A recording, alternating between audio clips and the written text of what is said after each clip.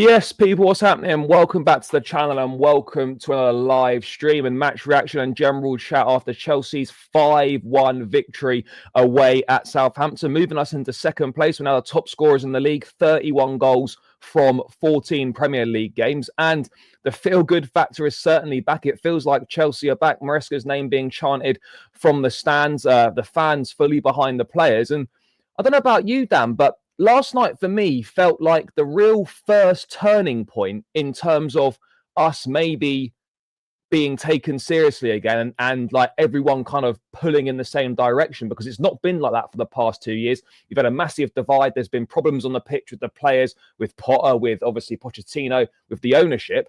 Now, last night for me felt like almost a bit of a watershed moment where it's like everyone's pulling in the same direction. Everyone's happy. The ownership stuff is well and truly, on the back burners, out of sight, out of mind sort of thing. And it feels like we're sort of back to what we used to be almost, in a sense. Yeah, I don't think we're quite as ruthless as what we once were, but definitely moving in the right direction. I think the last sort of 3 Prem games off the back of the international break, that was, that period before with the incredibly tough fixtures, we got a lot of draws, but we could all see there was something. The Leicester game, the Villa game, and now this Southampton game, there's been a lot of rotation. We've seen almost every player in the team play, bar Mudryk, feels like. And we've really seen all of these players, like you said, pulling in the same direction. No one's really putting in a bad performance. Even the players that we were questioning a few weeks ago, they're performing now. The manager is winning over the fans. We're seeing him navigate fixtures by adjusting tactically and tactically understanding what is going on the pitch with a similar view to what the fans can see as well, because that was the issue last season with Poch, is that none of us could understand what he was trying to do because none of us felt that it was the right thing to do.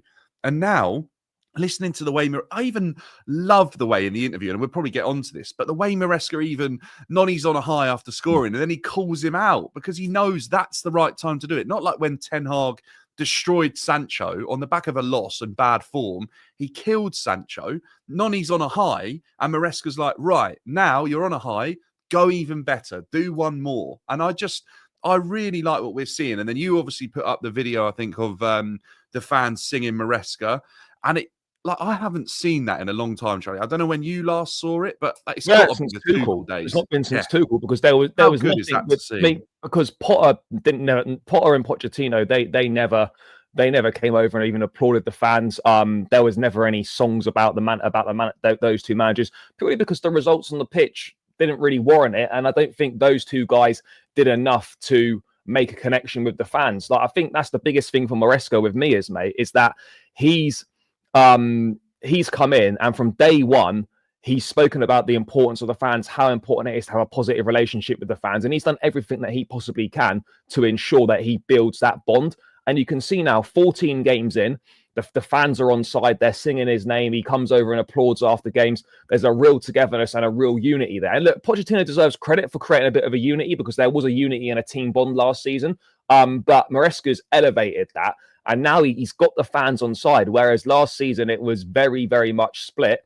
Now everyone's on side and we're pulling in the right direction, and things are very, very much on the up. And I know it's all this buzzwords, Chelsea are back. Oh, we're gonna challenge for the title, this and that or whatever. But we're just taking it one game at a time, and the feel-good factor's back. And it just, mate, we both go to games. It's so great to be able to go to matches for the first time in 2 seasons, where you're actually looking forward to it and you're not dreading it, and the atmosphere is good, and everyone's feeling happy about things. And I think those are the things that, obviously the football's great, but those are the things that kind of go a little bit unnoticed as well. And those are things that arguably almost matter a little bit more. Yeah, I think you're right. I just think having that feel-good factor around Chelsea breeds positivity, because we're a club with a fan base and owners and players with like a winning mentality where we win things, but it has to feel right for us to do so. We've seen that with so many managers under the old ownership model, that as soon as it felt a little bit wrong, sacked, out the door, get it feeling right again, Chelsea go on and win.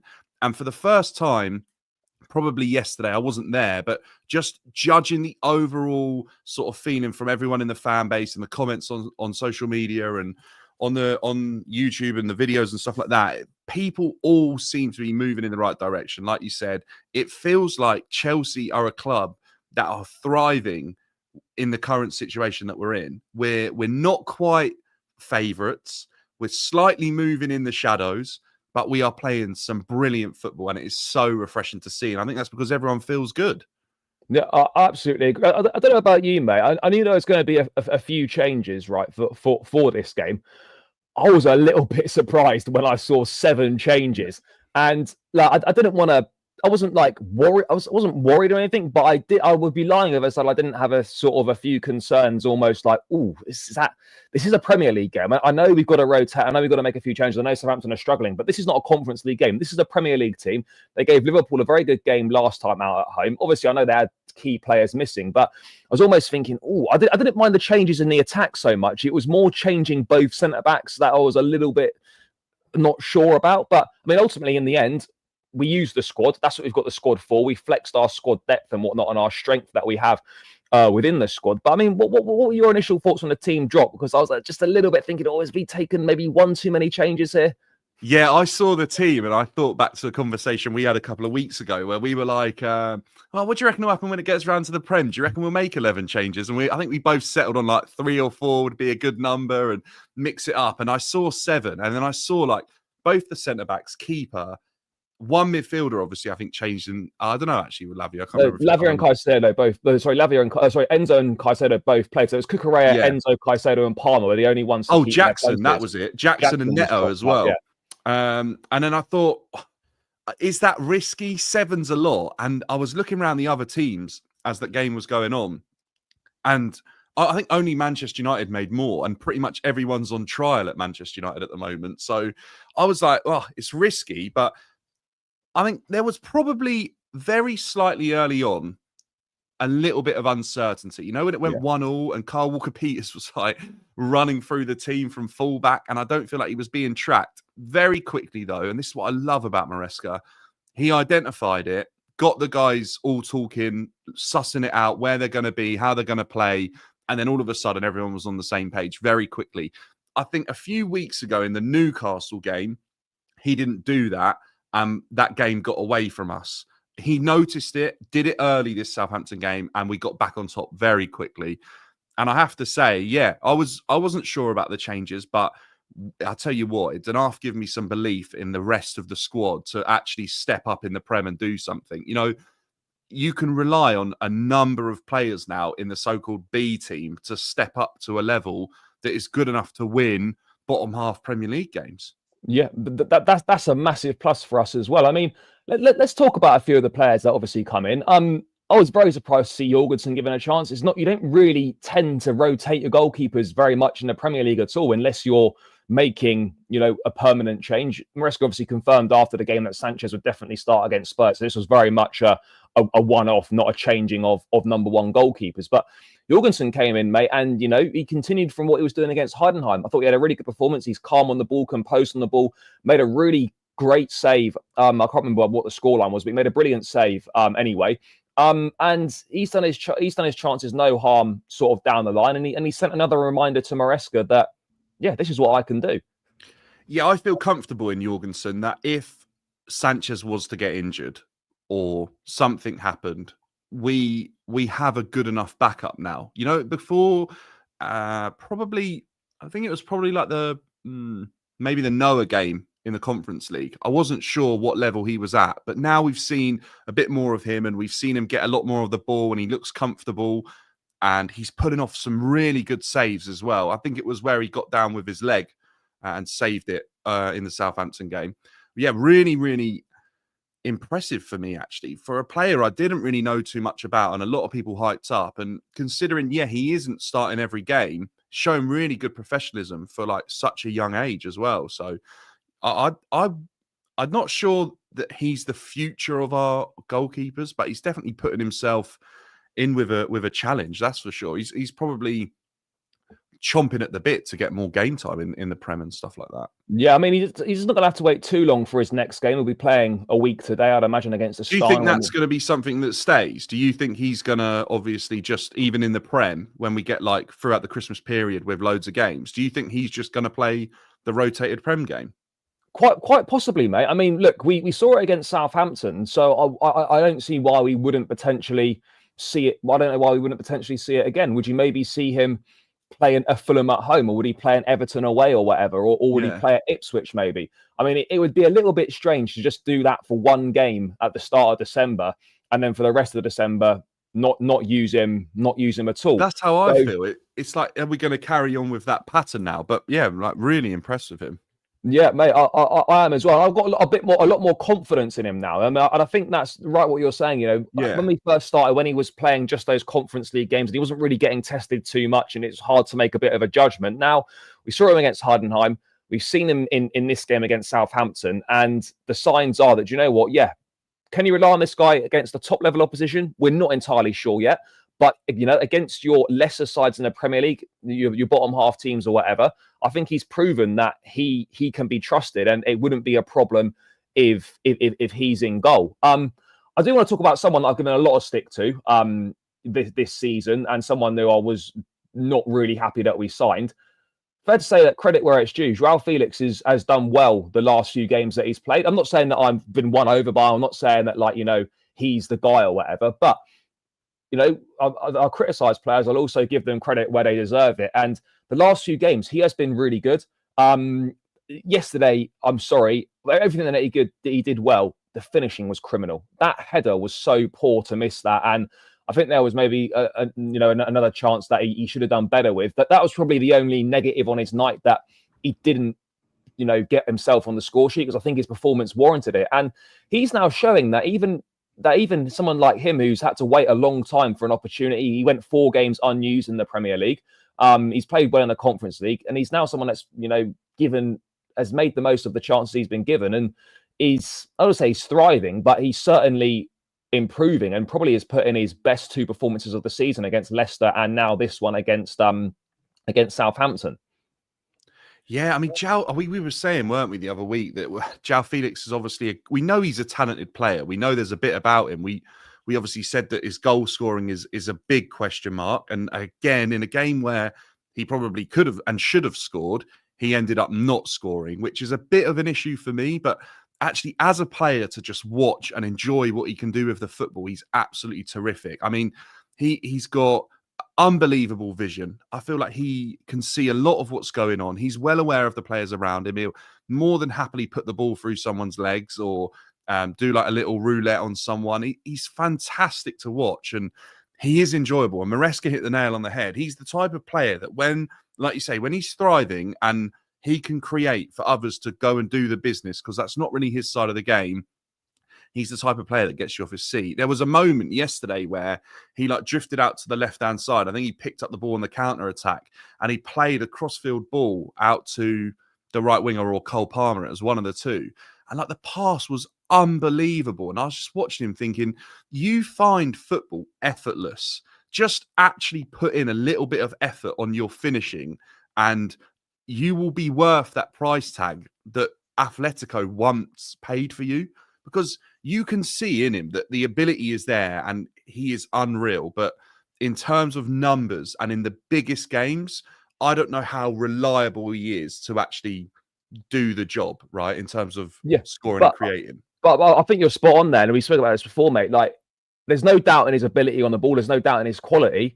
But what has always been a doubt is his end product and his numbers, his goals, his assists and whatnot. And whilst, you know, it doesn't detract from his performance yesterday, you sort of, when you're in a game like that where, you know, goals are coming quite freely and a lot of chances are being created, you do have to cash in and take those opportunities, because, you know, you want to try and he needs to get a few more goals. I mean, I don't think he's scored in the Premier League. Oh, he scored 1 in the Premier League this season, hasn't he? He scored against Wolves on his debut, and he has passed up a few gilt edge opportunities in the league to get off to, you know, to add to his tally. So as good as he's been the last couple of games, and he has, that is still missing from his game. And he's 25 now. And I'm not saying that's not going to suddenly, you can't add that, you can't improve on it, but it's sort of start to, you get to the point where you're like, well, when's this finishing going to improve? When are we going to see more end product? When are we going to get end product from a player whose ability warrants having better numbers and warrants contributing more to the team? I know football's not just about G&A. I know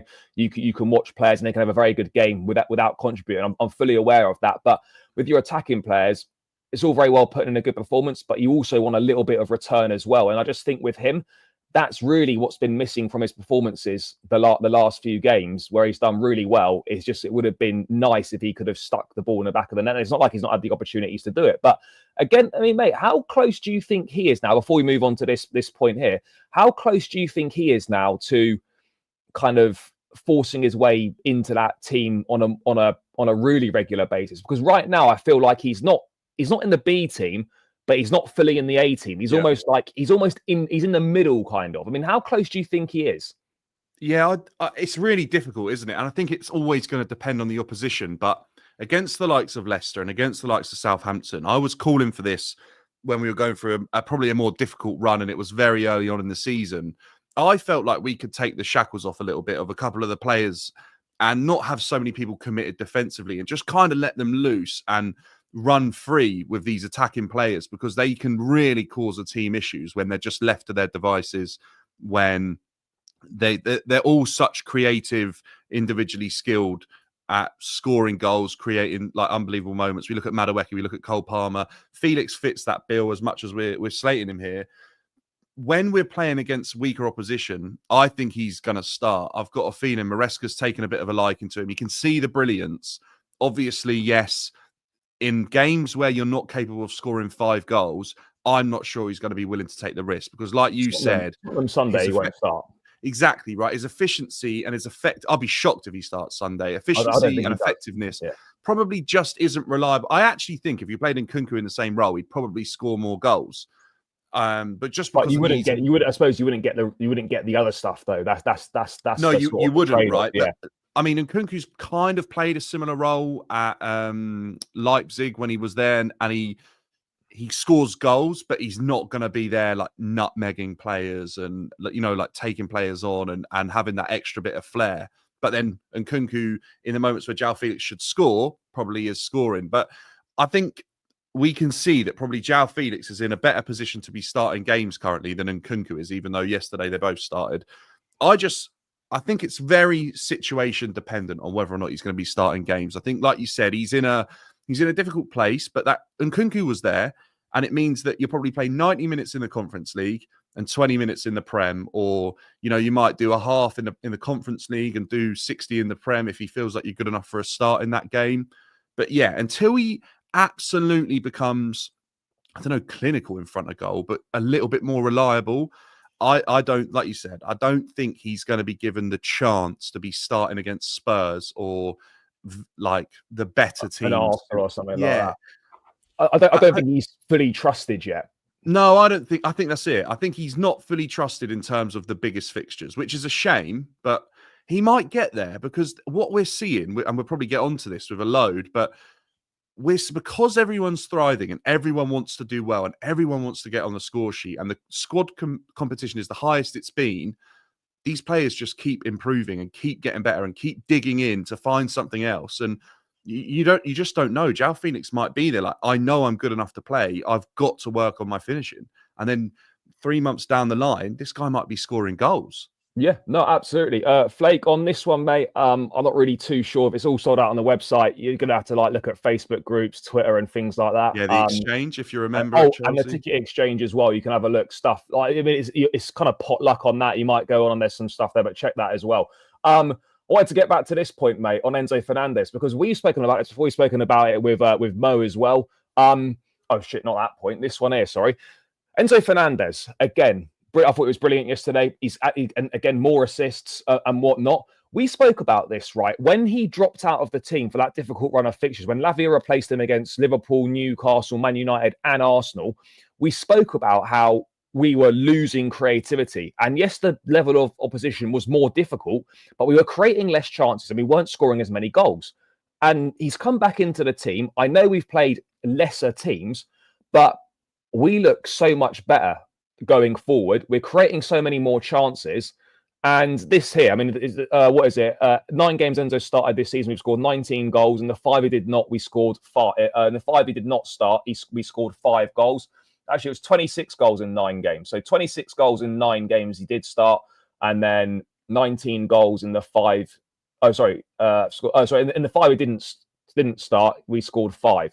So again, it can be opposition dependent, of course, but there's no denying that the numbers, and we've discussed this before, bro, that when Enzo Fernandez plays, we score more goals, and we are clearly a better team when he's in the side. That doesn't mean that it doesn't mean that Lavia's crap or the team's crap when Lavia plays, but it's evident to me that you lose so much when Enzo doesn't play. Yeah, I think for a while there was a point where our record was actually the opposite way round, where when Enzo didn't play, we were winning games last season, I think it was. And we can all agree, for a while, there was a moment where I think we were all probably starting to think, like, is he going to be able to get in this team over Lavia and Caicedo? Because they look so good. And then, I don't know about you, Charlie, but I'm watching him in the last 3 games, maybe 5 games since like Panathinaikos, when he got the 3 assists before halftime. He looks like way more mobile than I've ever seen him look. He looks like he's fit, he's healthy, he looks stress-free. I just can't put my finger on what has happened, because this looks like the player we all thought we were going to get 2.5 years ago or whenever it was. And I have to say that he looks brilliant and he's so dynamic, and I feel confident on him every time he gets, like, with him now, every time he's on the ball, no matter what area it was. And before I'd be like, I'm not sure, come on, Enzo, release it. Whereas now I actually believe in him to create something, and his weight of pass, fantastic. He's scoring goals, he's putting up assists. I have to say that this is the type of player you should be getting for the money that we've paid. Yeah. Because in recent weeks, the price tag discussion's absolutely disappeared. Yeah, well, exactly. It disappeared with a lot of players. No one's mentioning Caicedo's price tag. No one's mentioning how much Cucurella cost or anything like that. It's interesting on Enzo, right?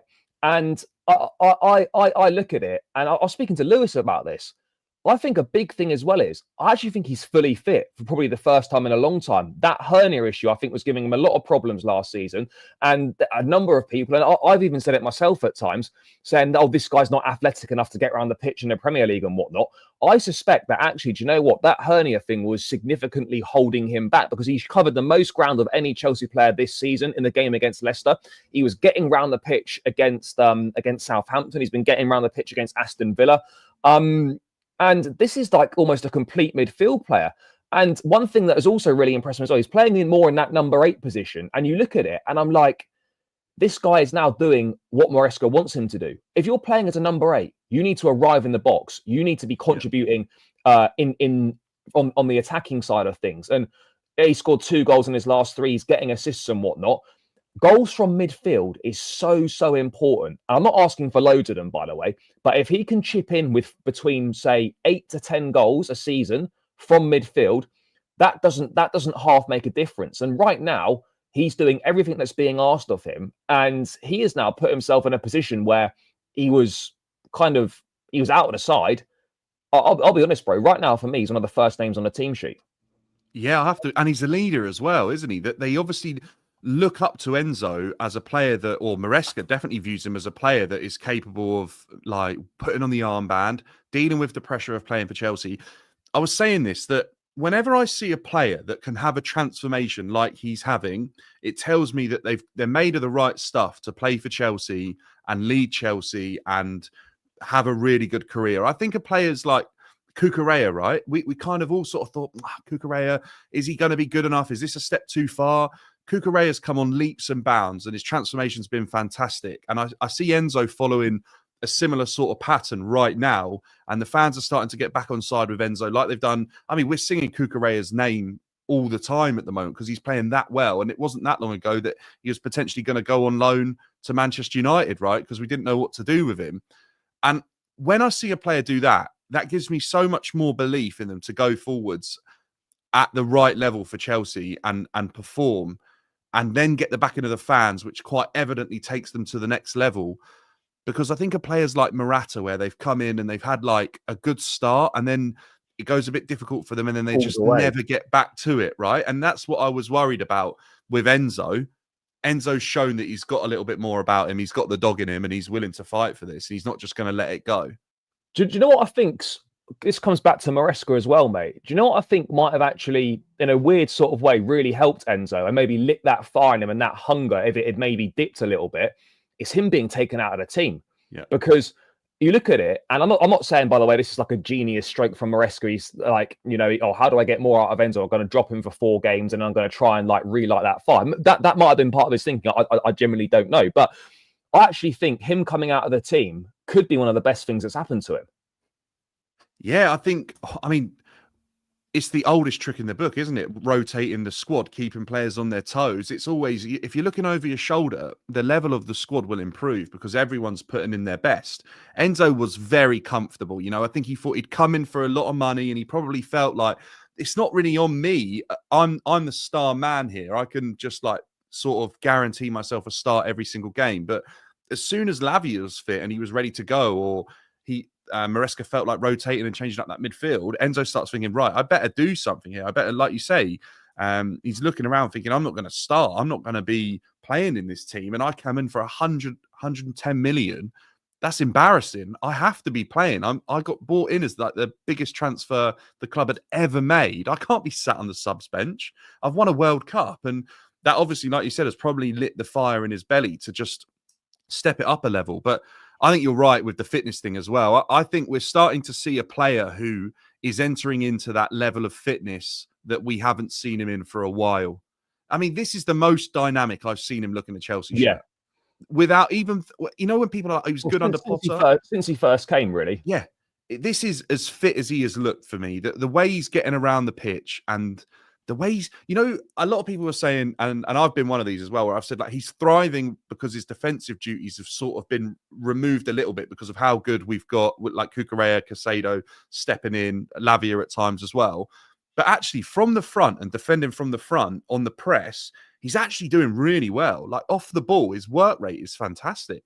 And I've questioned it in the past. So long may that continue. But that's been a big thing that's leveled at him, And I've said it myself as well, bro. Like this guy is, I described him even earlier this season as he's a bit of a liability out of possession. But we're seeing it now. And obviously that work is happening on the training ground. It must be, because out of possession now, the defensive side of the game, getting around the football pitch, arriving in the box as a number 8 should. These are all things that he is doing.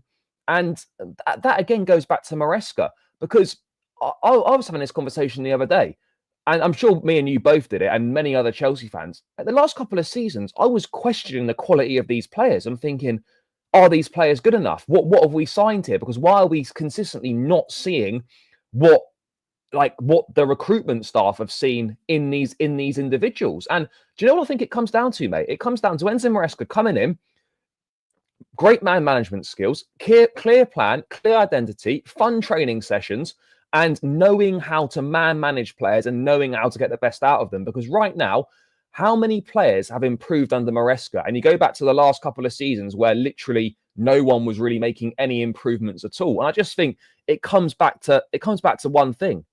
It comes back to Enzo Maresca. He deserves huge credit for everything, and I think he deserves massive credit for the way that he's enabled Enzo Fernandez to improve his game. I just think now, mate, we're seeing players thriving because there's a clear identity, there's a clear game plan, and they've been reinvigorated. Yeah, well, it always makes it easier if you've got like a really clear ideology of how you want to play football. Like for someone like Noni Madueke, it's very simple. It's like, Noni, wide as you can, get chalk on your boots. We'll get the ball out to you. You beat your man, you take him on, you work a shot or you create something. Simple as that, right? It's such simple instructions. And then pressing wise, we're very calculated. We have exact triggers of when to go. And it's very easy to understand. If a player does this, that's when you press. If he doesn't, don't press. Very simple. Under Poch, it was like run, keep running and run a little bit more for me. And then when you get the ball, pass it to Cole Palmer and we'll just hope for the best. That's why Gallagher thrived, didn't it, last season? Exactly, because Conor Gallagher's the type of player that can do that for 90 minutes and think with a pretty clear head. Whereas when these players are as fit as they are, there's no doubt that they the tiredness sets in, and then their ability is dropping a level because they're tired and they can't perform their actions to the best of their ability. And the way we're able to manage the squad at the moment with the amount of players we've got all competing, the fact that the level of squad competition is improving players when they're not playing at the same time as when they are. Like we said with Enzo, he got dropped and he's ultimately got better because he's been away and he's looked at his game and gone, what do I need to do? Or he's listened to Maresca. I look at Maresca on the sidelines, Charlie, and I see him giving instructions to players. I think I never saw Poch do that. I just you referenced come on. Well, you referenced it earlier, mate. He was fuming about the first 15, 20 minutes. Yeah. He calls three or four of the guys over, has a word with them, and then from that point onwards, that issue was resolved. Yeah. In-game management. This is the thing, though, right? And like we were all a little bit skeptical about the appointment. There was like jibes of championship manager and all this sort of thing. We've actually got a guy who is so in tune with the game, does his research, is a details guy, leaves no stone unturned, lives and breathes football. And every game, we've almost got a different plan. Every game you watch, there's little different tactical things that we're doing that, you know, you would never notice last season. As you said, it was past the Palmer and just kind of vibes and hope for the best. Now, you know, we've got so many different threats. You know exactly what we're going to do. You know exactly what type of a team we're going. You know exactly what style of play we've got. And we've actually got in-game management and good use of substitutes. It's amazing, really. Do you know what is a massive change for me as well? Is that obviously we saw this last season all the time, but we'd go in at half time, probably exhausted, in not the worst position in the game. By the time the second half had finished, we'd probably lost the game, or we just weren't the same team at the start of second half. So, and it was really bad, wasn't it? And I think that we used to concede in the first 5 minutes of the second half pretty much every week. That's exactly it, right? So what was going on there? Whereas now I feel like we come out of the second half and we're good to go. And it's that Felix header was straight from kickoff. Yeah. It's like Maresca obviously understands what he's watching, and he can probably get his message across to these players, and they're probably fit enough and rested enough because we're actually just controlling how our output at the moment as a team, that we're good to go. Whereas I think our legs were probably completely done by the time we started the second half under Poch. And I think that's a Poch against like Brentford away last season. We started the second half and Enzo came out on the left wing, and it was like, what are we doing here? Yeah. And it was like, I can look at Maresca, and 9 times out of 10, all right, a little bit earlier on in the season, I was a bit confused when he was inverting some players and I felt like we didn't need to. And I think back to like Bournemouth, and we were a little bit sketchy in that game. Yeah. But he's learned from that. And I can see him doing stuff now. And I go, yeah, I understand why you're doing that. That makes perfect sense to me. And then that's when the fans then go, oh, yeah, I can see it too. And then everyone gets behind him and we're like, you're making the right decisions. We're going to sing your name, so you keep doing it. And that brings trust as well, by the way, because when you're making changes, right, and things are working and things pay off and what, you then earn trust. And then when you make other decisions, which do you think, oh, I'm not sure about that, you think, well, hang on a second, everything he's done is worked out. He knows what he's doing. It brings that trust. And do you know what? It's not going to work every time. We'll do little tactical things in games. We'll make changes in matches and we won't win them. That's just football. But he's earned that trust and he's reinstilled that belief around everyone at the football club, which has been missing for 2 years. You know, we're the most stable we've been on and off the pitch since the takeover. We're playing the best football we've played since the takeover. We've got the best squad since the takeover. And I do also feel that the ownership do need some credit because they took pelters, right? And so did the sporting directors and the recruitment side of things. And look, I'll hold my hands up. I for sure said some disparaging things and some less than complimentary stuff about some of the recruitment and whatnot.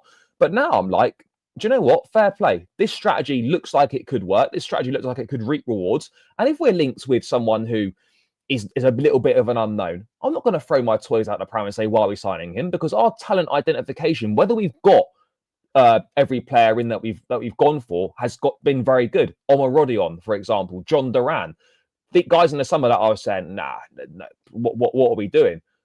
You add one of them into this team, you know, it's not looking bad, is it? So I think, you know, they definitely deserve some praise. Of course, we have to obviously be careful not to get too carried away, but we've got to enjoy the good times whilst they're here, because we know full well that you could lose your next 3 or 4 games. I'm not saying we are going to do that, by the way, but you've got to make the most of when things are going well. And right now, there's no negative stories about Chelsea. There's nothing about ownership falling out. There's nothing about players' price. There's nothing about flops. There's nothing about little things going on in the camp and whatnot.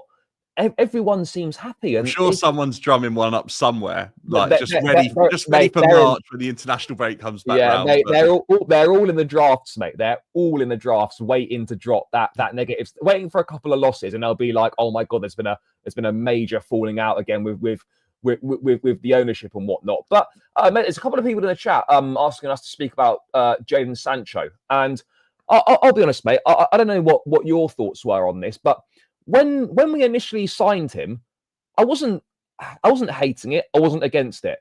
My issue was I don't really understand why we need him. I'm happy to say now that I can see why we needed him. I can see what he brings to the team, and I can see that a loan with an obligation for £25 million is absolutely exceptional business. He's played 8 games in the league this season. He's got 3 assists and 1 goal. He's got a couple of assists in the Conference League. This looks like an absolute steal. Yeah, I think we've seen it. We saw it the first time he went to Dortmund, how good Jadon Sancho can be. Then he obviously got the big move to Manchester United, and the whole time he was at Manchester United were not in a good place. Like, they just weren't. And I think had we signed Jadon Sancho when he went to Dortmund on loan last season, then it probably wouldn't have gone as well. But because Chelsea are in a good place and a lot of players are flying and the confidence is high and the team's happy, and as a fan base, we're a little bit less on top of the team this season in terms of negativity, I think that's when a player like Jadon Sancho can really come into a team and thrive and do well. And for me, I look at Jadon, I just think Jadon's a guy that needs an arm around him, and he needs support, and he doesn't need to be called out, and he needs help, and he needs guidance. And when you give him all of that, you get an exceptional player on the pitch. And when he scored his goal yesterday, I literally, it was almost pointless, that goal, by the end of the game. I literally jumped up, celebrated it, because I really like him, and I wanted him to score. For him, hasn't he? He's been through a lot of problems. Yeah, I'm not saying he's blameless, but he's had a lot of difficulties off the pitch and whatnot. I think I spoke to Matisse about this. Him coming to Chelsea, arguably is potentially his last chance at a big club. Yeah, I mean, I still think he might have got I don't know whether a Dortmund move back or... I mean, in the Premier League, though. Yeah. Yeah. Oh, in the Prem, this was last chance saloon. There's no doubt about it. He hadn't worked at Manchester United. There were question marks about him, whether he could cope with the game physically in this country, and question marks around his everyday attitude towards training and whether or not he wanted the best for himself, whether or not he was keeping himself right in terms of his diet and things like that. Well, I think he is. I think he was probably just in a weird... I mean, do you remember there was that one that went round last season where he was literally playing FIFA and Manchester United were getting battered in a game? And it was but he obviously just didn't feel okay. And I remember on deadline day or the day before when we were signing him, and everyone was giving me a bit of stick saying, "What are you signing Sancho for? This is just such a stupid signing, blah, blah, blah." I was like, the first thing I said was, he's coming home. This is his city. You look at the Manchester United squad compared to the Chelsea squad. I can see Sancho having mates in the Chelsea team that I could see it from day one. He fits in with players like Noni Madueke, players that are similar to him, have grown up in a similar area. They're going to get on. They're going to do similar things. They're going to want to go out together, live close to each other. And I can see him actually just feeling welcome and in a good environment. And I don't think he ever got that at Manchester United. And I think he got it at Dortmund. And players like Marco Reus, you've seen how good those two got on when Reus was leaving. He did the video.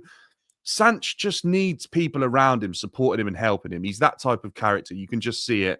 But when you give it to him, you get the rewards back on the pitch. And I think as a fan base, we've got to be patient with him.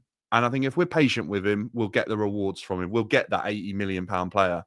Mate, do you think he's part of Chelsea's best team? Because I look at him and what he brings.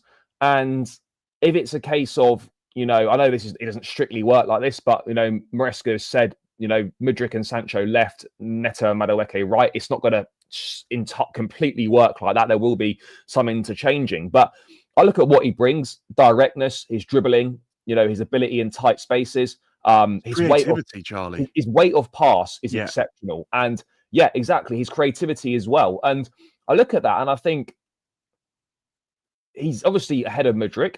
I'd say attacking wise, he's better than Madueke. Obviously, I think that the overall package, if you include the defensive side of the game as well and everything, Sancho probably needs to improve a little bit defensively. But I would say, mate, in terms of whether it's best for balance, I'm sure Maresca maybe is not entirely sure on that. But in terms of Chelsea's most talented wing duo, it is Sancho left, Pedro Neto on the right. So do you think he's in our best team? Yeah, I think you've hit the nail on the head there, that actually it's probably Neto and Sancho that give us the best options from wide positions. And I have to say, yeah, defensively there are sometimes question marks whether or not he's going to be able to run all game long and track back in the way that other players can. But at the same time, like I think back to Villa when Pedro Neto like chased Tielemans through the middle of the pitch and he won the ball back. I don't see Sancho doing that. But then I don't think that's a slight on him, because at the same time, we're like Maresca's rest defense leaves so many players in good positions. We go man for man on a press that very rarely are we getting caught out. I think yesterday when Gusto got span on the halfway line was like one of the first times I've seen this Chelsea press be caught out. And I think Southampton got a really good chance from it. That's the first, actually, they may have even scored. It's the first time I've seen Chelsea's defense actually get turned and span like that in ages. So I think you can almost have a player that's a little bit luxury when he offers you what he does going forward. I mean, his attacking output numbers are really good. If he doesn't track back defensively a little bit, but his attacking numbers are so good, it's almost like if he doesn't get back, but when we break on the counter-attack, he's in the right position for him to affect us going forwards. You start against Tottenham. Pardon? Do you think he starts against Tottenham? I just don't know, Charlie, because you know, with the way that this Spurs game, this is so difficult for me to call. I was chatting to Henry about it earlier. Like, they've obviously got Bournemouth tonight. And I said to him, no matter what happens in that Bournemouth game, I can't tell you what happens in the Chelsea game. Yeah. Like, no matter if they win 5-0 or they lose 5-0, I couldn't tell you what happens in the next game because they're just ridiculously unpredictable under Ange. What I will say is that I feel like they're a team that like a basketball game, the end-to-end game, and both teams are going to need runners out there. And that's where I'd probably say I'd back Madueke and Neto to probably be playing in that game. I think they play as well. I'm not saying that Sancho's not trusted or anything like that, but I do think it's going to be a game where Pedro Neto 100% plays. And I think for what Madueke gives you back the other way, I think that is probably what gets him the nod over Sancho in a game like that. I still think, for as good as Sancho is, and I do believe he is part of Chelsea's best team, I think it's a little bit similar to Felix, where I'm not sure he's got Maresca's full trust for, say, like the big away games. I'm not sure if you would, for example, would you start him at the Etihad? Would you start him at Emirates? Would you start him at... I know Liverpool was like circumstantial to a degree with how they play and whatnot. We started him at Anfield and he was terrible. I'm not saying the same would happen against Tottenham or whatever, but I'm just not sure if Maresca yet is fully on board with him for those big away games where all aspects of the game are so important. Yeah, I hear you on that as well. I think back to Madueke at times when we've been against some better teams, but then in transition, he still is an output for us because he can get the ball like on the 18-yard box and just like start traveling with the ball at some pace. And then before you know it, we're up in the opposition's half. So I don't see Sancho doing that. And I think even when I picture him in the Champions League under at Dortmund, he was never that type of player. He almost like would slow down their counter-attack a little bit at times. But what he has in creativity and what he can do with the ball is worth having on the pitch in certain games. And I think that's where the beauty of these players is going to come in, Charlie, is next season when we get Champions League football, because I'm saying it now, like we will get Champions League football. Yeah, I think we will as well, because we are looking so good. Even fifth place is probably going to get Champions League this season with how well, obviously, we're English doing in the Conference Europe. League. Yeah, we're basically going to get ourselves Champions League football as if we win the Conference League and keep up Premier League at this level, but we'll get it. And these type of players that are on the fringes of not starting every week in the Prem and way too good for the Conference League are perfect for your Champions League group stages. Like absolutely perfect, because you can rotate. They're happy that they're playing in the Champions League. And you can have the likes of Sancho playing in the Champions League. You can have the likes of Joao Felix playing in the Champions League. And then you can also rest a player like Neto because he'll be happy that he's playing in the Prem or you get like half an hour and one gets 60 minutes. They're the type of players that you need in Champions League squads. We know that. Yeah. And that's what we've got. They're too good for the Conference League. They're not good enough to start every single week in the Prem. But for a Champions League squad, they're perfect. And that's what we've done really well. Because I look around at like Arsenal, Liverpool, they don't really have those type of players. They've got to play their full 11 pretty much every Champions League game, every Prem game. And I think that's where Chelsea, come the end of the season, if we're in a similar position to where we are now, we actually have, I think our odds shorten even more because we will be in a position where our squad is really fit because we've been able to rotate so much. And that's the beauty of these type of players, to be honest. No, mate, I hear you guys. 150 in the building, only 65 likes. It's poor people. We need to run that up. That needs to be 100 likes in the next couple of minutes. There's more than enough people in here to get that. So, guys, please smash that like button. It's free. It takes seconds to do. Chelsea are winning. We're second in the Premier League. Guys, smash come the on. like button. We've prayed for times like this. So, yeah, run up the likes, guys. It takes seconds and it really does help with the algorithm. So, make sure this is on 100 likes in the next 5 minutes. Someone in the chat, let me know. Bro, let's move on to I wanted to talk about just Maresca in general and just have a little look ahead to the Tottenham game. I cannot believe what this guy's done. I don't want to get too attached to a manager too early, but it's really hard not to get drawn in by him and not to sort of just like everything about him. Like what he's done is, I don't want to say I don't know if special is the right word, but what he's done in such a short space of time for a manager who has got very little experience is quite exceptional. What he's got from these players, what he's walked into a very difficult environment. He's made some really bold decisions, getting rid of Raheem Sterling, even if it maybe wasn't totally his call. He's prepared to cast aside players who don't fit his plans or he doesn't think are good enough. He's been a breath of fresh air, and I mean, I don't want to say, could this be the guy? But everything he does and every week that goes by, I'm just sort of find myself liking this guy just more and more and more. And I know Tuchel wasn't here that long ago, but it feels like for the first time since Tuchel and for the first time, in a while, that you've got a manager who you can really connect with. Yeah, I think the connecting part of it is huge because even Graham Potter started his spell like really well, and I just never felt like I was ever going to be able to connect with Potter or even Poch towards the end of the season. I felt like Chelsea needed some stability, and he'd finally got some results, but the connection was never there for me. And Enzo Maresca feels like a Chelsea manager. I know it's early days, but I can just see in his mentality that he's similar to managers we've had before that have had success. I liken him a little bit to Conte. I think there's bits of Conte about him where he's got that sort of Italian stubbornness, and you can see it in him. And like you said, if a player don't suit the system, you're out the door. And he's getting backed. It's like the border, like, do you know what? We have spent a lot of money on that guy, and he was our marquee signing, but we actually agree with you. Like, he isn't going to suit the system. I actually think if Raheem Sterling has stayed and the way we're playing, he probably would have been all right because I could see Raheem Sterling actually thriving in this system. But at the same time, he's gone to Arsenal and the football they're playing couldn't be worse for him. And I don't really mind as long as we can get some money for him somewhere. I really like Maresca, and I agree, early doors, but he's doing everything right.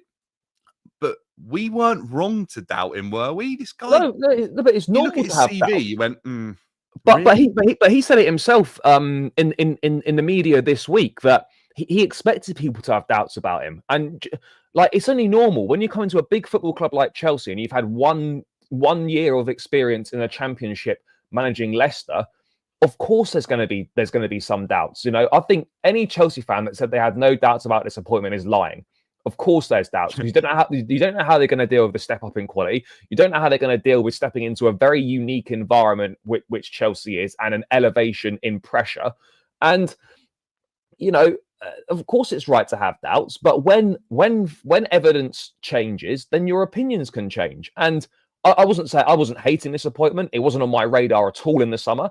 But every week that goes by, every time that he speaks, every press conference does, every training session he does, every match that we have, I am more and more on board with this guy. I think there was obviously maybe a few doubts around pre-season when you looked at the amount of goals that we conceded. There were some heavy defeats in there, but it just goes to show you that actually pre-season, certainly results-wise, is totally irrelevant. We were unbeaten in pre-season under Poch, and look how that season panned out. So he's doing everything right. He's got everyone on board, and I just can't believe how quickly he's got players to buy into his ideas, how quickly he's kind of, implemented a style of play and all those sorts of things. And I think the great thing for us is that this team can get so much better. This is 4 or 5 months into him being here, right? Think what he could be like hopefully he stays for an amount of time. I think what we could be like in 2-3 seasons time. I saw a stat today, right, that said like teams that have used players over the age of 29 and like, I think how many minutes of their season they've played. Chelsea's is literally 0. It's like the only team in the league. Yeah. I think the oldest player we've used is Nkunku, who's 27. Yeah. And it just makes you think like this Chelsea team are doing this already sooner than I thought possible, actually, with the appointment of Maresca in the summer and just the way that we'd recruited some of the players. I just felt they were opportunistic and I didn't actually think they'd be good enough to get us to this point in the league. I still don't know whether or not this team is good enough to get us over the line, but we are moving in the right direction. And it's way easier to make little adjustments that get you over the line when you're moving in this direction this quickly with such a young squad than it is like last season when you're moving in the wrong direction and you're miles off it. So yeah, I'm not really impressed. And I think he came in and I think he tried playing and taking some risks and just trying a little bit too much at times. Very early on, I think it led to a draw at Palace and a sloppy performance against Bournemouth. And I think of a couple of like the first half against Wolves, it wasn't great. It was basketball, wasn't it, really? Yeah, I think he tried some things. The high line, do you remember the high line at the start of the season that he kept saying was Poch's fault? There were all these little things, and it was like, you've got to get rid of these. And our trust had been broken with managers because we could see all issues with Poch and he wasn't getting rid of them. Maresca, by December, when everyone said you'll be Maresca out by December, everyone was saying it. We couldn't be more Maresca in at this moment in time because, yes, he hasn't been perfect. And like you said, little mistakes will come and maybe that he makes a mistake against Spurs or he makes a mistake further up the season. But I actually trusted him to learn from it now because he's made some mistakes and he's shown me evidence that he can fix it or take on what he did wrong and go forwards from it. You know, we said about Liverpool. Do you remember when he played those 2 players that weren't fully fit and he felt like actually it probably wasn't the best idea? We haven't seen him do that since. No. So I really liked him. But this is it, mate. Like, I can fully get on board with someone. People are going to managers will make mistakes, players will make mistakes. If I can see that you have taken active steps to rectify those mistakes and learn from them and correct them for next time, I'm going to be fully on board with you. And that's exactly what he's done. If he makes a mistake, he rectifies it. If he sees something wrong in game, he deals with it. I don't know if you were at that game last season when Wolves absolutely cooked us at Stamford Bridge. I think it was 4-2. You got a hat trick. Yeah. You could see it, right? Cunha and Neto spacing behind the fullback every single time. Poch did nothing to deal with it and just kept letting it happen and happen and happen. If that was Maresca, he would have noticed that once or twice. Right, that needs to be shut down. Let's drop 10 so that they can't do that. This is what I mean. He just dialed in and switched on from a tactical basis in game, and that doesn't half make a difference. I look at someone like Gareth Southgate, for example, in big games and in big moments where you need something like Maresca's got just to switch things tactically, switch things up in game, have that know-how, have that understanding and that, football intelligence. That is worth so much in a game. Those sort of things can be the difference between actually you winning and losing. Just little things like rectifying mistakes. And as players, though, that must give you confidence as well to understand that your gaffer is actually noticing things that are wrong in game, calling you over, guys, sort this out. And then they respond and they go and do it. Well, you said it. You said it builds trust, and you're so right with that because they'll go, why is he asking me to do that? And then we win the game like 5-1 and they'll go, you know what, he was actually right. Like what he said happened. I better listen to him. And then Enzo Fernandez is probably prime example. He's probably like, I'm going to play my own game. I've won the World Cup. And then Maresca's like, no, do this.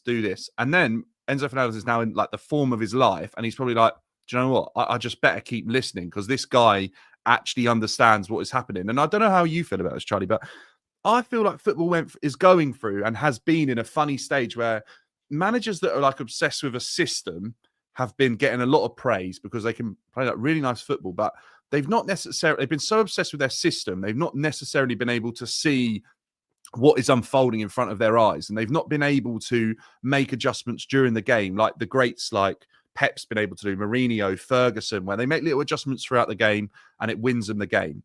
In-game management, exactly like you said it. I think that kind of disappeared a little bit because there was an obsession with constantly playing in a certain way. And all these Leicester fans I spoke to said to me, he only plays one way. He's so stubborn. He won't change. And like you just said, and like we've been alluding to for a while now, he's making a number of changes in different games. Leicester was different to Southampton. Villa was different to Leicester and Southampton. Liverpool was different to both. Earlier on in the season was different. He's making changes. And he's got his ideologies, and his wingers are touching the edge of the pitch every game. And he's got ideas about what he wants his striker to do. But at the same time, he will make little changes and he'll play 2 DMs or he'll invert Cucurella for a game. I mean, it was only a few weeks ago we saw Gusto keep arriving in that 10 pocket. Yeah. He's not been there for a couple of games. No. It's been Enzo Fernandez. I think he's noticed that he tried that. It wasn't really working. Yeah. And so he's like, right, we're gonna switch it up and do something different. Now that Enzo Fernandez thing's work, if that stops working with Enzo, I'm sure we'll see him switch it up again. And this is what I mean. This is a manager who will try things and then we'll change them if they don't work. And that's all you can do. A lot of football sometimes is trial and error to sort of, on occasion, stumble across the right situation. So long may it continue. I know you've got to go in a sec, but I just wanted to briefly get your thoughts on the Tottenham game on Sunday. Because there's this comment here, we're back when we beat a big club. I do understand that because that's probably what I'd say. Everything's been brilliant this season. The one thing that's missing is kind of a big win against a sort of a top six, a traditional top six side, and certainly away from home as well. Tottenham, I know we have a very good record against them. That would I think that would half tick the box. I'm more looking for like a win against an Arsenal or a Man City or a Liverpool or something like that. Yeah. But Spurs kind of does go a little bit that way, but I don't think we can fully say we're back until he is right, until we do start recording and improving our record against the bigger teams. But obviously, we went to Tottenham last season. We won 4-1. You know, we were under a lot of pressure. They had been unbeaten in their first 10. They were top of the league. We went there and we won in a crazy game. We're doing really well now this season. Spurs are a real mixed bag. You've got absolutely no idea what you're going to get. How are you feeling heading into this one, and what are you expecting? I'm expecting a win. I mean, it's Tottenham at the end of the day. We've won at Tottenham in some of our worst seasons, so I definitely think that we've got enough about us to go and win it. My biggest worry is what Tottenham turn up, because there's a Tottenham that can turn up that are capable of beating Manchester City 4-0. Even though City weren't great, it's still Man City, right? They can still give a team a game. That lost 2-1. Yeah. And it's like, I said it a little bit earlier, I can't tell you what Tottenham's going to turn up because I just don't know. And there was a Tottenham that went unbeaten 10 games in and they felt like they were on top of the world, and Ange stitched his team up that day. We could all see it. The way he set that team up, actually very similar to how Brighton were against us earlier on in the season. Incredibly high line, loads of space in behind. And eventually we took advantage of it. It took quite a while and it took a couple of red cards, but eventually we got there. The second game against Tottenham was probably a little bit more competitive, but we still managed to get the job done, I believe. So I'm trying to think, was it 2-0 at home? Yeah, it was 2-0 at home. 2-0. That was towards the end of the season. It was pretty comfortable in the end, yeah. And that's what I mean. That's the game that Akinpong actually made his debut in, I think. Yeah. So I probably see us a little bit more like that in this game at the weekend, if I'm looking from the outside. But just when I start to look at Tottenham and you just don't know, you start questioning whether or not they are going to turn up and be unbelievable. Even if they turn up and they're capable of scoring like 4 goals like they did, I actually still back Chelsea to score goals in this game. I think they've got a couple of injuries as well. We have something over Tottenham mentally, whatever it is, I'm not sure. But with Chelsea playing the way that they are, and the fact that Jackson's rested and Neto was rested and Sanchez was rested and obviously Levi's been rested as well, I feel like we're putting that spine of the team back in. We've got Cole Palmer flying. This is the first time we're going to see Cole Palmer, by the way, obviously with without the week's break. And I actually think Cole's the sort of guy that just needs to keep playing football. He needs I agree. momentum. When he has a bad game, he wants to put it right straight away. I think back to Middlesbrough when we lost there last season in the Cup. He just wanted to get back to playing and put that right straight away.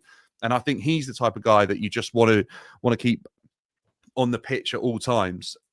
And hopefully we can do the business against them because I think we're good enough. I mean, Dan's just said in the chat, and that is the biggest worry for me is Anthony Taylor's in charge, which is, I hate to blame referees. And I hate to talk about it, but you can just see it now, can't you? There'll be something dodgy. But again, what I would say is, right, we need to do our job to ensure that anything dodgy from a ref becomes an irrelevant talking point. Do you know what? The Villa game the other day, the ref was really bad, but we gave him no chance of affecting the game because we just took it out of Villa's hands, and that's what we need to do against Spurs.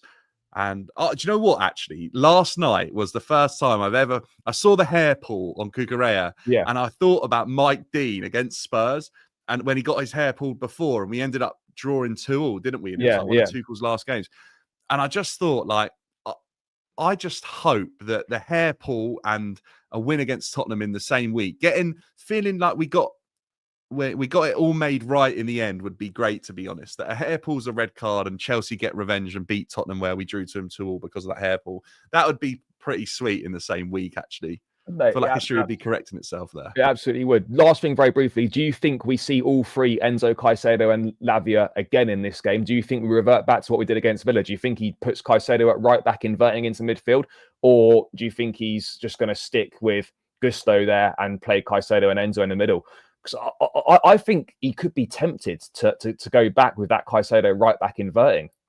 Do you know what? If he does what he does against Villa and it doesn't work out and we lose, I won't be annoyed at him for it because I really like what we did against Villa. Yeah. I would be gutted, but I actually, when I saw how we played in that system, I just think it allowed Lavia get the best out of Lavia, best out of Caicedo, best out of Enzo. It didn't limit any of them.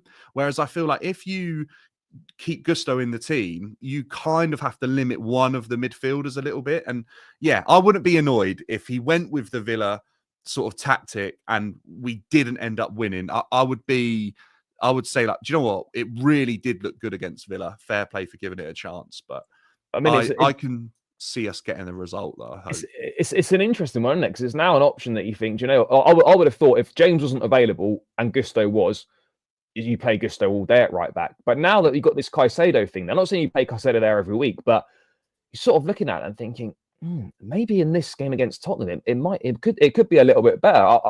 I don't know, but either way, I'm going to be happy. And as you say, if he goes with it and it doesn't work, I'm not going to blame him because it worked really well against Villa. And so why wouldn't you try it again in one of those big games? But mate, I know you've got to shoot off. Thank you so much for your time, bro. It's greatly appreciated as always. Always a pleasure to catch up. People should know by now, but they don't, mate. Let them know where to find you. Yeah, it's just at BDB Dan on all the socials. I'm there talking about football, Chelsea, all that good stuff. And do you know what? It's a good place to be at the moment talking about Chelsea, Charlie. I'm sure you agree. We've had a couple of years of down in the dumps content, but now we're flying. Do you know what? I love it. Like, it's such a good feeling. It's good to be back on this side of things. But bro, I'll catch up with you again soon, mate. Pleasure as always. Take care, brother. Nice one. Yeah. Cheers, Charlie. In a bit. Cheers, mate. Guys, make sure you subscribe to Dan. His channel is tagged in the title. Go and show him some love. Top guy, always generous with his time. And yeah, loads of great stuff over on his page. And of course, on the various channels that he appears on as well. Guys, we are 7 likes away from 100 likes. Make sure you're smashing that like button. There's 116 in the building. Run it up, people. Run it up. Let's get this to 100 likes. What are you guys saying in the chat, by the way? What are your thoughts on things that are going on right now? It's just a really great place to be a Chelsea fan again. I know it's early doors. We're sitting second in the table. We're really happy with how things are going. We're playing some good football. We've lost 2 games from out of 14 in the league. We're playing some good stuff. The manager has been exceptional. The players are performing really well. And there are very, very few things not to like. It's just, it's all going really well, and it's just so nice to be back in that situation again. You know, it's really, really good, really good. Caicedo inverting was just an emergency move. Caicedo best place is always in the middle if Gusto's available. No, look, I agree. We're not going to see it on a regular basis. I absolutely understand that. I know we're not going to see it on a regular basis, but I do think it's something that we could see in certain games from time to time. And look, do I think he'll do it against Tottenham? Potentially. If he does do it, I'm not going to be annoyed about it. I'm just not. I don't really care. I don't think he's disrespecting, is he? He said a few things here and there. I'm not really that bothered or that asked about any of that sort of thing. It's it doesn't really it doesn't mean anything to me. So yeah, I'm not too fussed on that at all. So yeah, it's good to be back. We've got a massive game on Sunday now against Tottenham. Huge game.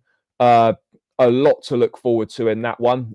We just got to hope that we can keep this momentum going, keep taking it a game at a time. Obviously, Liverpool dropping 2 points yesterday was great, just from a from a fan's perspective. But I don't think it really changes anything in terms of any potential title race conversation or anything along those lines. It definitely doesn't do that. But again, it's hard to tell. Mudryk's not going anywhere in January. Again, those reports have come out. They keep coming out, quite regularly, and they keep being shut down. Chelsea aren't going to be loaning out Mudryk in January. He will be staying until the end of the season minimum, and then when we get to the summer, we'll obviously see what happens at that point. So yeah, we will have to see. Agreed. Sancho definitely a bargain. Yeah, I don't see why not. I think with the form that he's in and how we're playing, and how many goals, Spurs are conceding a few goals at the moment. I don't see why that couldn't happen. So yeah, why not? As far as I'm concerned, why not? I think we can definitely see something there for sure from Jackson. Maybe, but again, I still think that's a summer thing with Disasi. I think, look, players in terms of leaving in January, I think you're looking at your players like Ben Chilwell, Carney Chukwuemeka, those kind of guys. I don't see unless a very good offer comes in, I don't see someone like a Disasi going. I don't see someone of that ilk leaving. Let's just check if there is any other news coming in from today about anything in general. I don't think there is. I don't think there is. But yeah, guys, any questions in the chat at all? Let me know. Let me know, guys. Because I'll be interested to hear your thoughts on things. But yeah, any questions in the chat, let me know. I'll probably go for another few minutes. So yeah, let me know what you guys are saying. Don't have a weird team. Don't have a good feeling about Sunday. Spurs are a weird team. Be happy with a draw. I would probably take a draw, but it's Tottenham. We've got a very good record there, and we should be looking to win that. And we shouldn't be fearing this game because of the form that we're in. I'm now heading into Chelsea games feeling confident that we can get something decent out. Every time we play, and it's been a while since we've been able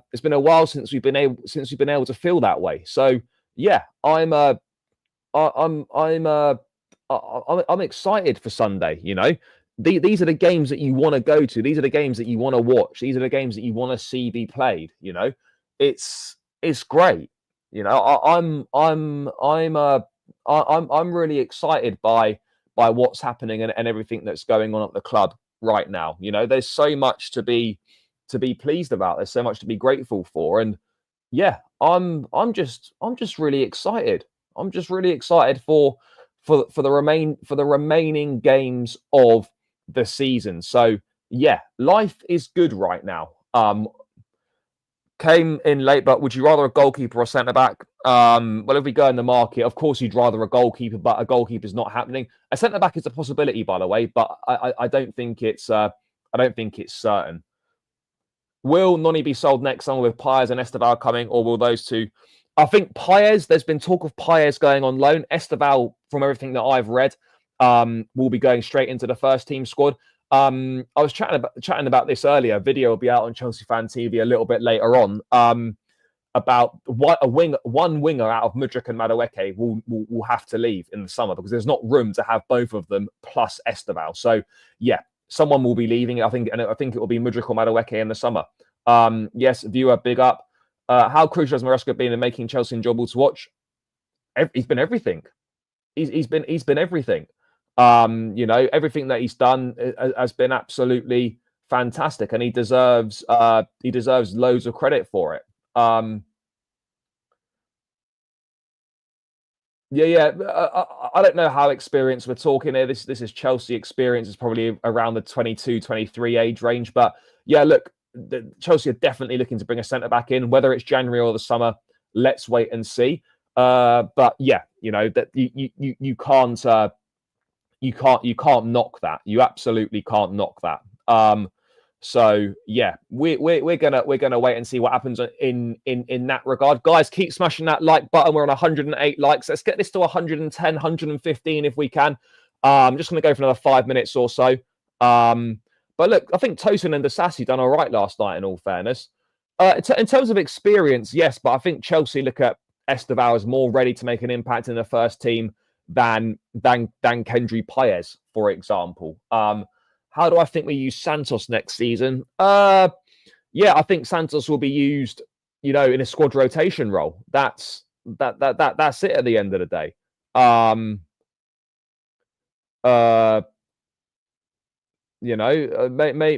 Maybe it is. So yeah, that's where we're at. I think Santos will be using the squad rotation. He'll start certain games. He'll come off the bench, and he'll be a really good option. A really good option for us to have.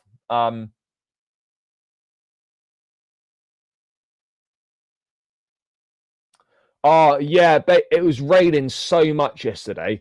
And so we were going to do it in the train station, but at the time we got to the train station, like the last train was leaving. So we just didn't really have time to do it in the end. There's no cover outside Southampton. The weather was absolutely terrible. And then we were going to do it in the train station, and it didn't happen in the end. But Tottenham, we will be there. No way, Paez is way more ready. Look, Paez is more experienced and has played more kind of top level football. But in terms of ability and what Esteval's doing, Chelsea look at Esteval as someone who's ready to make an impact straight away. Whereas the feeling around Paez maybe isn't quite the same. So yeah, that's kind of that's sort of where we're at with that one. That's what I would say. That's what I'd say on that. So let's see. Let's see on that front. But yeah, no, it's interesting, isn't it? It is interesting. It's exciting. And yeah, all is going well. What's my thoughts about the Spurs game? I'm going to be talking about this tomorrow. We've got 2 previews coming up for the Tottenham game, which is going to be great. General thoughts are I'm looking forward to it. I'm excited. It should be good. But again, as me and Dan were saying, I'm not concerned about what we're going to do. I'm just a little bit concerned about what Tottenham is going to turn up, because we've got absolutely no idea what Tottenham will turn up, and that's not the worrying thing, but that's the thing that you just can't really kind of shake off. What Tottenham will turn up on Sunday. That free kick last night was amazing. Yeah, it was really good. Are you looking forward to the Club World Cup draw? Yeah, it'll be all right. I won't be sitting and watch it. Those draws, it's all so drawn out, and everything takes so long. But yeah, no, I will be looking forward to it. I will be looking forward to it. See what teams we get, and look, I think it's going to be an exciting competition. Yeah, there's always that potential worry, but we just got to go with the flow, and what will be will be. But yeah, there's a lot of exciting things to There's a lot of exciting things to look forward to. Just keep the games coming thick and fast. Sunday is going to be excellent. We've got, we're on a good run. The feel-good factor's back. Maresca's doing everything right. The players are responding and playing really well. Yeah, I mean, I don't think things could be too much better right now. I don't think things could be too much better right now than they are. So it's great. It's a great time to be a Chelsea fan again. It's a great time to be a Chelsea fan again. Bro, Pires is not better in ability. In terms of physicality, sure, and experience, I agree with you on that one. But Esteval has got more ability than Pires in terms of natural talent. So yeah, but look, we will find out we'll find out shortly. We'll find out in 6 months when it gets to the summer and decisions are taken on what should be done. Guys, 112 likes. Let's get this up to 120 if we can. Let's get this to 120 likes. 8 more likes on the show would be fantastic, people. So please do that. Let's hope so. I'm really happy right now to watch Chelsea play. Nobody expected Chelsea to be playing good football. Yet, no, they didn't. And that makes it just that little bit better as well. That makes it that little bit more exciting, and just that there's that bit more of a feel-good factor around the place as well. What's your opinion on Kunkus 9? It's okay. It's not his best position, but that's kind of the only way really he's getting into the team. He's much better playing centrally as a 10, but he can do a job as a 9. He'll get you goals and stuff. But yeah, it's not ideal. Yeah, but as I said earlier, we've just got to make sure that we do our job and ensure that any poor refereeing decisions don't have an impact on the game for us. Yeah, it is working well so far. We are working on corners to hit Spurs. Yeah. I mean, Spurs aren't great from set paces. Yes. Run it up. So yeah, guys, I am going to round this one out in a sec. Let's get those final 3 likes to the 120. And yeah, let me just have a final check on anything that is potentially going on. If not, we will leave it there and I'll be back tomorrow. But yeah, let's just have a quick look. Let's have a quick look. No, I don't think there are.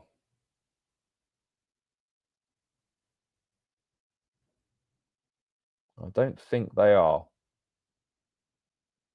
So we will potentially leave it there. No, thank you, brother. Thank you. Appreciate it. Yeah, guys, I'm going to round this one out here, people. Big love to everyone for tuning in as always. Yeah, really enjoyable show today. Big thanks to Dan as always, guys. Make sure you go and subscribe to Dan. Link it tagged in the title. Click on it. Go and subscribe to his channel. And yeah, thank you as always for getting involved in the chat, people. It's a pleasure to interact with you guys. And yeah, people, let's hope that things continue to go well. Big game against Tottenham. I'll be live again at 3 p.m. tomorrow. Got Sava joining me, Spurs fan. We're going to be talking all things Chelsea-Tottenham, so make sure you tune into that one live at 3 p.m. tomorrow. And I'm also recording another Tottenham preview, which is going to drop on the channel probably on Saturday. So big love to everyone for the support. Big love to everyone that's tuned. And if you've not checked out the vlog from last night, make sure you check it out now. It's on the channel. Thanks for the support, guys. Enjoy the rest of your evening. I'll be back tomorrow. The Chelsea are back. Maresca's the guy. And we are out of here. Peace.